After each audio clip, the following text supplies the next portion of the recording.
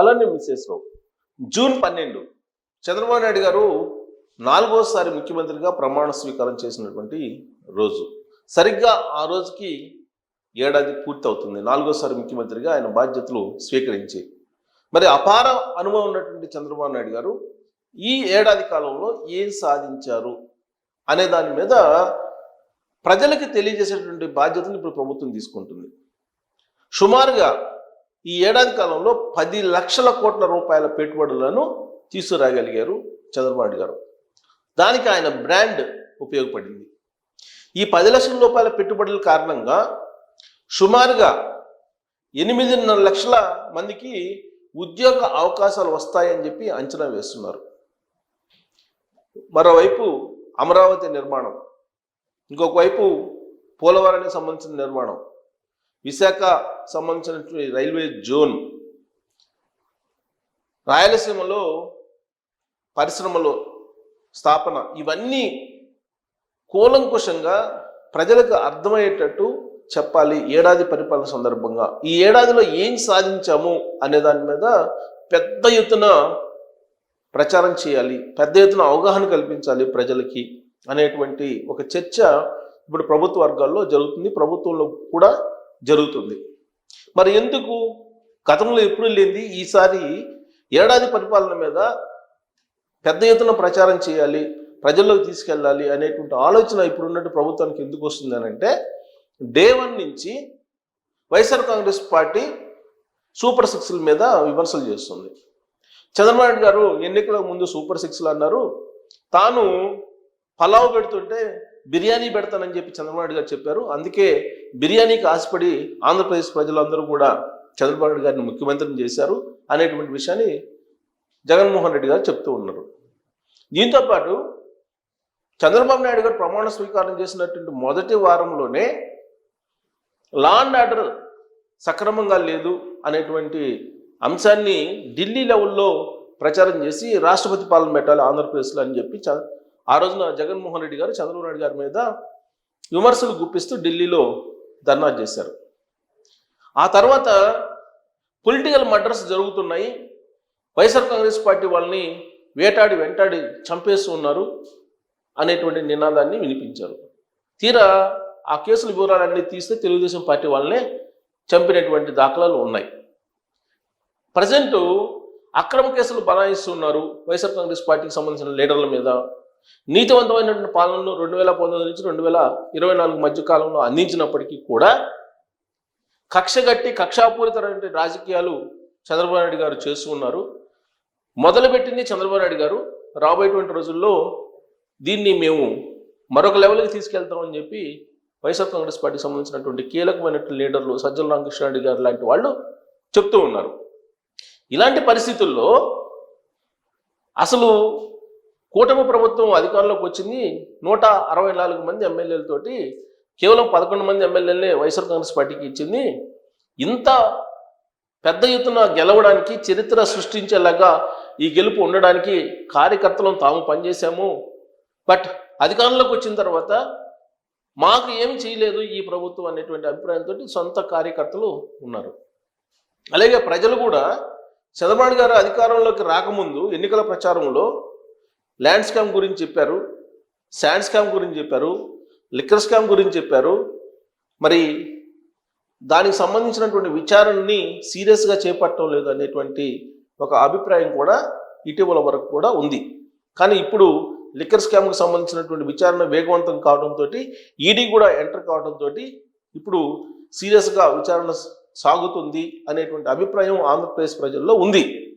అయితే ఇదే సందర్భంలో ఇటీవల కాలంలో కేబినెట్ సమావేశం పెట్టినటువంటి చంద్రబాబు నాయుడు గారు అక్రమ కేసు బనాయించి జైల్లో జగన్మోహన్ రెడ్డి గారు పెట్టినంత మాత్రాన తాను జగన్మోహన్ రెడ్డి గారిని జైల్లో పెట్టాల్సిన అవసరం లేదు, చట్టం తన పని తాను చేసుకోబోతుంది, చట్టానికి కట్టుబడే ఏదైనా ఉంటుంది, ఆధారాలు ఉంటే ఖచ్చితంగా జైలుకి పోతాడు జగన్మోహన్ రెడ్డి గారు అనేటువంటి విషయాన్ని చంద్రబాబు గారు చెప్పారు. అంటే చట్ట ప్రకారం శిక్షిస్తాము, తప్పు చేసినటువంటి వాళ్ళని ఎవరిని వదిలిపెట్టము, అలా అని చెప్పి అక్రమ కేసులు మేము బనాయించేటువంటి ఆలోచన చెయ్యము అనేటువంటి క్లారిటీ చంద్రబాబు గారు ఇచ్చేశారు. ఇస్తూ అభివృద్ధి మార్గాన ఆంధ్రప్రదేశ్ని ఎలా తీసుకెళ్ళాలి అనే దాని మీద ప్రజల్ని కాన్సన్ట్రేషన్ చేసేలా ఆయన ప్రయత్నం చేస్తూ ఉన్నారు. అలాగే గతంలో మాదిరిగా కేవలం అభివృద్ధి, జీడిపి, తలసరి ఆదాయం ఇవే కాకుండా హ్యాపీ ఆంధ్రప్రదేశ్ ఎలా, అలాగే గ్రీన్ ఆంధ్రప్రదేశ్ ఎలాగా, దాంతోపాటు హెల్దీ ఆంధ్రప్రదేశ్ ఎలా, వీటన్నిటి గురించి ఆలోచిస్తూ ప్రజల్ని ఆ మార్గం వైపు తీసుకెళ్లే ప్రయత్నం చేస్తూ ఉన్నారు. ఇది ఒక ఎత్తు. రెండు, విజన్ 2047 దిశగా పబ్లిక్ మూడ్ని తీసుకెళ్ళాలి అనేటువంటి ఆలోచన ఆయన చేస్తూ ఉన్నారు. 2029కి ఆంధ్రప్రదేశ్ ఎలా ఉండబోతుంది, 2047కి ఎలా ఉండబోతుంది అనే దాని మీద అవగాహన పెంచేటువంటి ప్రయత్నం చంద్రబాబు నాయుడు గారు చేస్తున్నారు. దాంట్లో భాగంగా ఈ 1 year పాటు వేసినటువంటి పునాదులు ఏంటి, అవి రాబోయే రోజుల్లో 2029కి ఎలా ఉండబోతున్నాయి, 2047కి ఎలా ఉండబోతున్నాయి అనేటువంటి ఆలోచన, దానికి సంబంధించిన చర్చ జరగాలని చెప్పి ఆయన ప్రయత్నం చేస్తున్నారు. దాంట్లో భాగంగా ప్రతి పౌరుడు ఆంధ్రప్రదేశ్లో ఏడాదికి 50 లక్షలకు పైగా సంపాదించేలాగా ఆయన విజన్ను తయారు చేశారు. P4 అనేటువంటి ఒక ఫార్ములాని పెట్టుకున్నారు. ఆ P4 ద్వారా అందరినీ కోటీశ్వరులు చేయాలి అనేటువంటి ఆలోచన చేస్తున్నారు. అందుకే బంగారు కుటుంబాలు అనేటువంటి కాన్సెప్ట్ని కూడా తీసుకొచ్చారు. సో ఎవరైతే ఒక 10% కుబేర్లు ఉంటారో వాళ్ళు నిరుపేదలుగా ఉన్నటువంటి వాళ్ళని అప్లిఫ్ట్ చేయడానికి దత్తత తీసుకొని వాళ్ళని బంగారు కుటుంబాలుగా చేయాలి అనేటువంటి కాన్సెప్ట్ తోటి P4 ఫార్ములాని తయారు చేసి వెళ్తూ ఉన్నారు. ఇలాంటి ఆలోచనలన్నింటినీ కూడా ప్రజల మధ్యకు తీసుకెళ్ళాలి. దానికి సరైనటువంటి టైం 12వ తారీఖున, ఆ రోజున ప్రమాణ స్వీకారం చేసి ఏడాది అవుతుంది కాబట్టి చరిత్ర సృష్టించేలా పెట్టుబడులు తీసుకొని రాగలిగారు. అలాగే ఉద్యోగ అవకాశాలు కల్పించేలాగా పరిశ్రమలను పెట్టించగలిగారు. వీటన్నిటిని కూడా ప్రజల్లోకి తీసుకెళ్ళాలి అనేటువంటి ఒక ఆలోచన చేస్తూ ఉన్నారు. దీంతోపాటు అసలు 12వ తారీఖు అంత ఇంపార్టెన్స్ ఎందుకు? చంద్రబాబు నాయుడు గారే కొత్తగా ముఖ్యమంత్రి కాలేదు. గతంలో 3 సార్లు అయ్యారు, 4వసారి ముఖ్యమంత్రి ఆయన. మరి జూన్ 12 ఎందుకు ఇంపార్టెంటు అని అంటే, గతంలో ఎప్పుడూ లేని విధంగా ఆంధ్రప్రదేశ్ ప్రజలు 1 సైడ్గా చంద్రబాబు నాయుడు గారికి అధికారాన్ని ఇచ్చారు. దానికి కారణం జగన్మోహన్ రెడ్డి గారు 2019 నుంచి 2024 మధ్యకాలంలో చేసినటువంటి పరిపాలన. దాన్ని పరిపాలన కింద భావించట్లేదు ప్రజలు. అలాగే చంద్రబాబు నాయుడు గారు భావించట్లేదు, నరేంద్ర మోడీ గారు భావించట్లేదు, కేంద్ర హోంశాఖ మంత్రి అమిత్ షా గారు కూడా భావించట్లేదు. దాన్ని విధ్వంసం కింద భావిస్తూ ఉన్నారు. ఆ విధ్వంసం నుంచి ఆంధ్రప్రదేశ్ని పునర్నిర్మాణం చేసి విజన్ దిశగా తీసుకెళ్ళాలి అనేటువంటి ఆలోచన చేస్తున్నారు. అందుకే 12వ తారీఖు అనేది ఒక చరిత్ర, దానికి ఒక రికార్డు ఉంది. రికార్డు స్థాయిలో 164 మంది ఎమ్మెల్యేలు కూటమి గెలుచుకోగలిగింది అవుట్ ఆఫ్ 175. ఇది రికార్డు. సో బహుశా ఈ రికార్డు ఏ పార్టీకి కూడా లేదు, ఏ ప్రభుత్వానికి లేదు. అందుకే జూన్ 12 అనేది ఒక పండగ.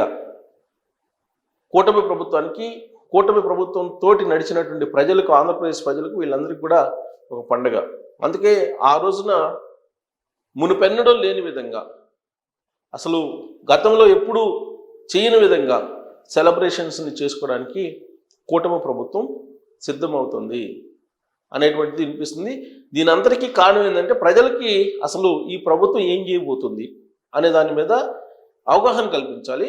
ప్రజెంట్ ఏం చేస్తుంది, ఏం చేసింది, ఈ 3 మీద ఏం చేసింది, ఏం చేస్తుంది, ఏం చేయబోతుంది, వీటి మీద అవగాహన కల్పించేటువంటి ప్రయత్నం గ్రామ, మండల, నియోజకవర్గ, జిల్లా, రాష్ట్ర స్థాయిలో వివిధ కార్యక్రమాలను డిజైన్ చేస్తూ ఉన్నారు.